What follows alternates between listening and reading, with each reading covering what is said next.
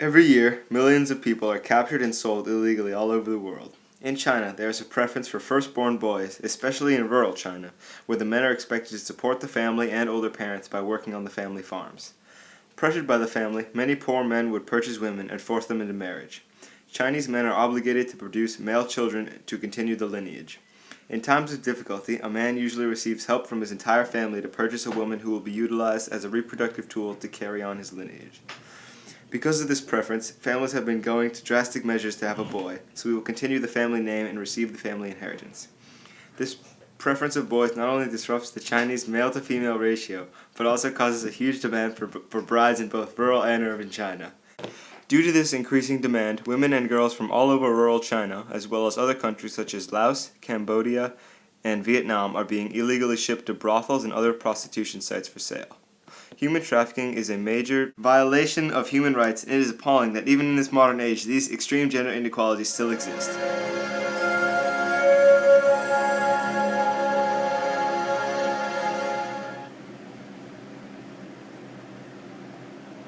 These are the faces of the boys and girls who have disappeared in China without a trace. Chai Ling, founder of the group All Girls Allowed, has been working with volunteer organizations to promote awareness and help families find their children.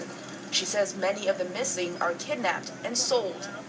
The brothels, they'll buy the women and even girls into sex slavery, that's a huge market out there. Then individual families who want to make sure they have a wife for their own son. Traditional Chinese culture places more value on a boy. When they grow up, the men are expected to live with and care for their parents, take a wife, and continue the family name. Chai says when a woman is pregnant with a girl, some families are taking this matter into their own hands by selectively aborting, abandoning, and selling their baby girls. They are approaching 40 million young men inside China who will not find a bride. As a result of that, sex trafficking against girls and women have become a huge problem inside China. Human rights activists say China's one-child policy has contributed to the uneven gender ratio, fueling the problem. Chai says some missing girls may end up being sold to a family as a child bride. Boys can also be trafficked for families without male heirs, but volunteers are slowly making progress. All Girls Allowed says this 3-year-old girl named Little Bean was kidnapped last June and sold. With the help of volunteers who put out flyers with her picture, she was found 7 months later and reunited with her parents.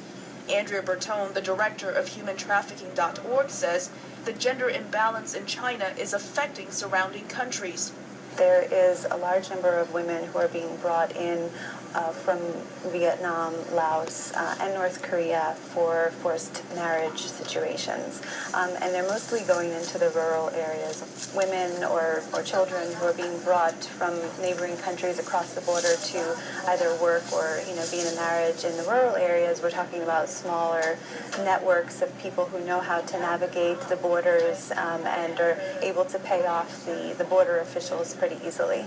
Bertone says traffickers inside China could either belong to small networks or more organized crime syndicates. While a few are caught, the demand for women and children continues, and the problem of human trafficking is expected to grow in China and expand throughout the region. The Chinese government's birth limitation policy and a cultural preference for sons creates a skewed sex ratio of 118 boys to 100 girls in China, which serves as a key source of demand for the trafficking of foreign women as brides for Chinese men and for forced prostitution. Trafficking of women has been prevalent within China for many centuries and only began to be addressed with the emancipation of women under communism in the 1950s. The phenomenon revived, however, in the 1980s relating to kidnapping of women for forced marriages and has spread across China, with some counties and villages having 30 to 90% of marriages result from trafficking. This is seen as the result of multiple issues associated with diminishing populations of women in rural areas as well as issues relating to the expense of non-forced weddings. Women and children trafficked can range from the ages 12 to 50 and are usually taken and sold by organized chains of gangs, specialist households, and specialist villages.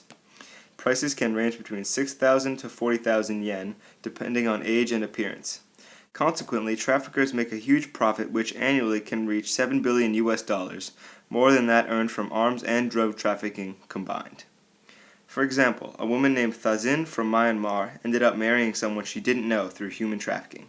She was promised a well-paying job, but was drugged and shipped across the border to her waiting groom. This is a perfect example of a forced marriage through human trafficking, ending with an unplanned, unwanted marriage. Due to massive amount of sex trafficking and labor work, Chinese women from the age of 20 to 34 have an unusually high rate of suicide. China is the only country in which female suicide is higher than male suicide, largely in part due to dehumanization of female sex slaves. However, trafficking includes not only women, but also the sale of children and infants. Many children are sold to couples who cannot have children from families that have more than the legal amount of children. These children are sold from families who also do not make enough money to pay for food for their original family. For example, a blind woman who lives in China named Xu Rong gave away 4 of her children for around $1,500. When confronted by the authorities, Xu Rong claimed it was her only choice because her husband was unemployed and she needed to pay for her first son's education. In some ludicrous situations, children are sold to purchase electronics or motor vehicles. Since 2009, Li Lin and Li Huan have sold all 3 of their children to be able to play online video games. The first child was sold for $500, and then they sold their next 2 children for $4,600. When asked about the incident, they said, "We don't want to raise them, we just want to sell them for some money." Although the couple claimed that they thought it wasn't illegal, this is a clear violation of human rights and an astonishing example of human trafficking. One disturbing example of human trafficking was committed by a doctor, Zhang Shusha. She would deliver the babies and tell the parents that the baby had died and keep it for herself. She would then sell the child and make a profit of around $600 per child. Human trafficking is the fastest growing form of international crime and the largest second source of income for organized crime, surpassing even the drug trade. Today, an estimated 27 million women and children are held as slaves. Each year, more than 2 million children are exploited in the global commercial sex trade. According to the Trafficking Victims Protection Act, all commercial sex with minors is human trafficking, regardless of whether force or fraud. Although the name suggests it, human trafficking doesn't necessarily involve transporting victims. In fact, people can be trafficked on the same street they grew up on.